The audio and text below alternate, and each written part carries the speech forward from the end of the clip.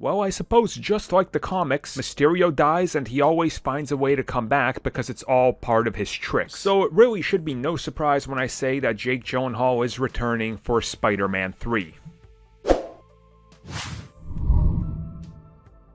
So as most of you know, if you've been keeping up, all the production for Spider-Man 3 after 1 week in New York shifted over to Atlanta. Now they have some massive sets there, and there is a lot that's being kept secretive. Now of course, when an actor arrives on set or when they're outside of the facility, it's free game to be able to spot anything. This is how we found out about Alfred Molina as Doc Ock. This is how we saw Tobey Maguire was across the street doing the suit tests. And the latest addition was the stand-in for Jake Gyllenhaal, who was at the compliance center in Atlanta getting ready to go to set. Now, Jake Gyllenhaal's stand-in is exactly what it sounds like. It's the guy they typically use for all the scenes that from a side profile and from distance you could go, is that Jake Gyllenhaal? And if need be, they can CG the actor's face over him, sort of like they do with stunt doubles. So with having him there, and of course this being Spider-Man 3, dealing with the multiverse, the fallout of what happened with Spider-Man Far From Home with the whole identity thing,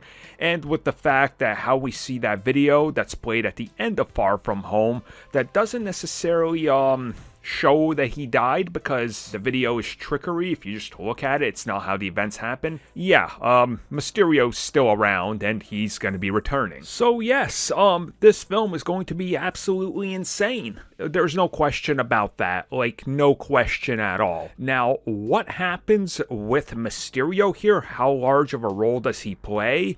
Like, because he's sort of the crux of this, right? Like, the whole identity reveal, putting Spidey on the run, making sure his life is falling apart. I mean, this is all him. So you would have to assume he's going to be pretty prevalent in this movie. But again, we just don't know. We have no idea because this movie's honestly adding just about everything besides the kitchen sink, seeing as Batman v Superman used that, so maybe they'll borrow that off the set. Anyways, Mysterio. I've said it before, I'll say it again. My favorite Spider-Man villain. So, I am hyped. I honestly cannot wait. I can't wait to see what they do with him. Hopefully, they give him a new suit. Like, don't get me wrong. I love the way he looks in the MCU. But, I would love a new suit just to go more, well, sort of like maybe go into it more with how it would have looked in the Raimi films. Because I would assume it'd look a little bit more baggy and comic-ish and have that weird style from like